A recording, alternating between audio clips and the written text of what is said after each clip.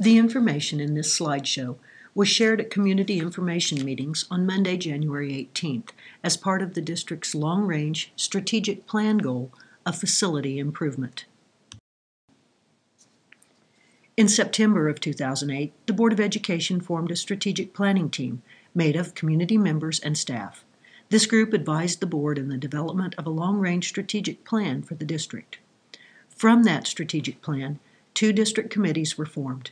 The Elementary Configuration Team, charged with making recommendations necessary to move back to the pre-K through grade 5 neighborhood schools from current K2 3-5 attendance center models at 4 of the district's 5 elementary schools.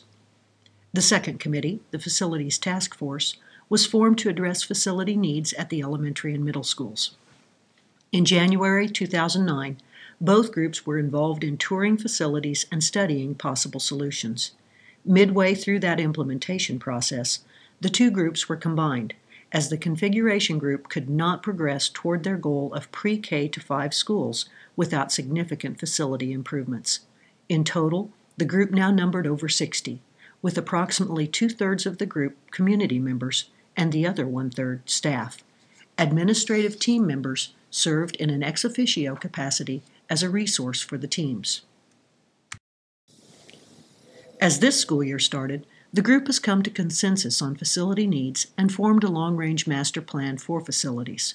Their work, as well as their recommendation to the board, are the focus of this presentation. If you would like to see or tour our buildings for yourself, our building principals or Director of Operations, David Wagner, are happy to schedule a building tour at your convenience. Another piece of the task force work was a study of financial considerations. A representative from a bond counseling firm presented a recommendation to the group that in order to maintain quality bonding consideration, the district should keep total bonded indebtedness under $36 million. While many districts have chosen to surpass this ideal capacity, it was this group's intention to propose a modest plan that was financially prudent. Staying under the conservative projection became a goal. This chart shows that the level of bond issue would result in a $10.35 million increase, costing the owner of a $100,000 home $9.62 a month. Of the 24 school districts in the Tri-County area, USD 490 has the 4th lowest mill levy. And of all 24 districts, our bond and interest levy is the lowest. Throughout our sessions, the architects employed the use of a clicker system. It allowed committee members to voice their opinions anonymously and also gave a great deal of feedback about consensus along the way. This slide shows, when asked what taxing levels the group thought would be acceptable, that the answers were not unanimous but were consistently grouped in the $8 to $12 per month range.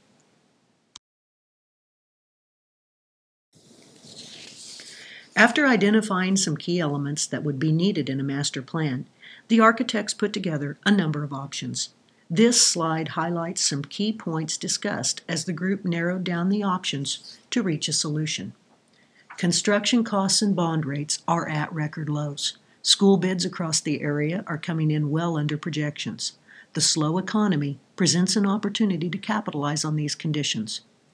One option ruled out early in the process was remodeling the middle school. While the group recognizes the historical significance of the building, remodeling costs were projected to be $17 million, while a new building on a new site with adequate parking and play areas was projected at just under $21 million. The group felt the landlocked area was a barrier that could not be addressed simply by remodeling. The next few slides show some of the options that were considered. This option built 2 new elementary schools and immediately addressed the desire to move back to pre-K to 5 schools in those areas. The undesirable aspect of this option was waiting another 6 years to address middle school needs. This option addressed the immediate need at the middle school, but didn't capitalize on the district bond capacity in the short term with low costs. Plan C was a favorable plan to the group as it addressed immediate middle school needs, capitalized on bonding capacity by building an elementary in the first phase of the plan, but concerns soon centered on the location of the two new buildings. While the district does not currently own land, the thought that it would be possible for all new building to be focused on the northeast portion of the community was not agreeable to the group. This plan was amenable because the construction was split between the new middle school, generally assumed to be in the northern part of the district due to land availability, and the south end of the district, with new construction on the large property where Skelly School is located. This plan, like the last one, was well received because students would not need to be relocated during construction. The Skelly site is large enough that new construction could occur while the old building is still in use. Building new, as opposed to remodeling, solved the same problem that would be encountered at the middle school in relocating 500 students during an extensive remodel of not only the building but the infrastructure. Least attractive components of this plan were the long-range nature, with one elementary not being addressed until 2020. The group again used the feedback clickers and overwhelmingly selected option C.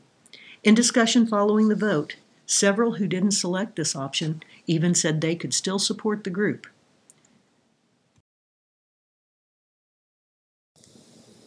Option C originally had the first elementary school going in the northeast part of town, and it became apparent the group wanted to explore this more.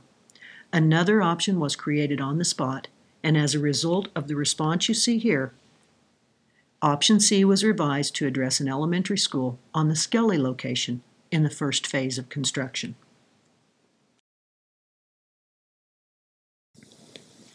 On December 14th, the task force proposed a long-range, two-phase plan to the Board of Education.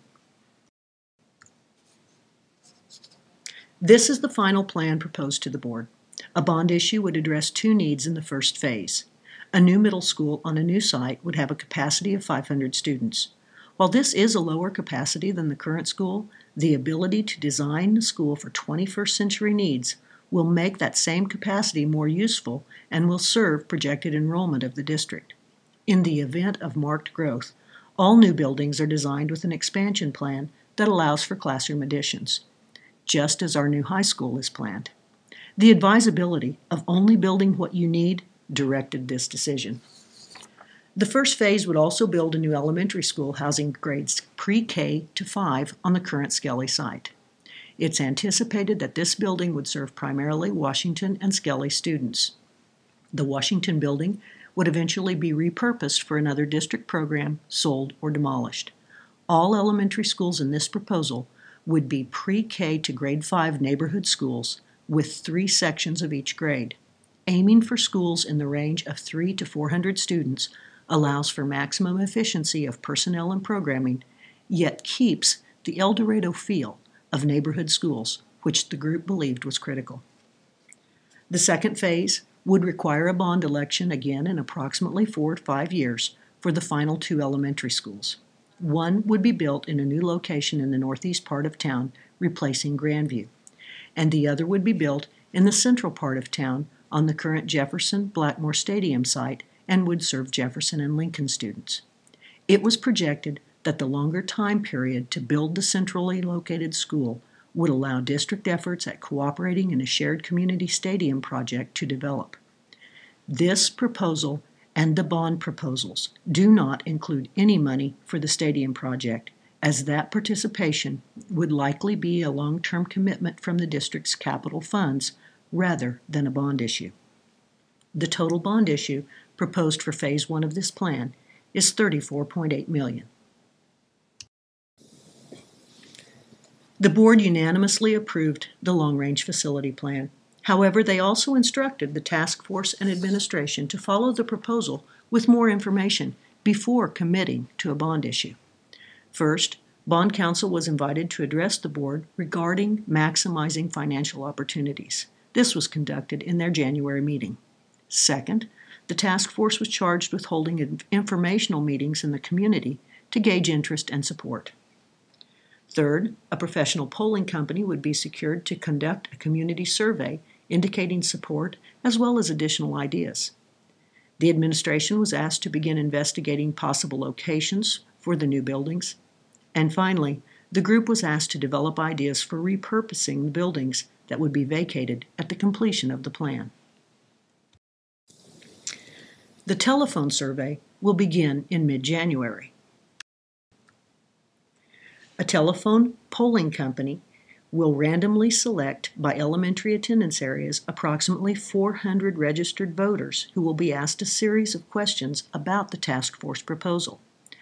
It is the hope of the board to review these results along with community feedback provided at the information sessions and through the district's website to determine when is the best time to advance the long-range plan or if there are modifications that should be made to the plan prior to advancing it. Thank you for taking time to view this presentation or to attend one of the informational meetings. Please feel free to schedule a building tour or to contact the district office for more information. To provide feedback, you may use the contact information on our website for the Superintendent of Schools provided here and email your thoughts or ideas before February 2010. We hope you will share this information with your friends and neighbors, as any plan will require the commitment and support of our community. Thank you.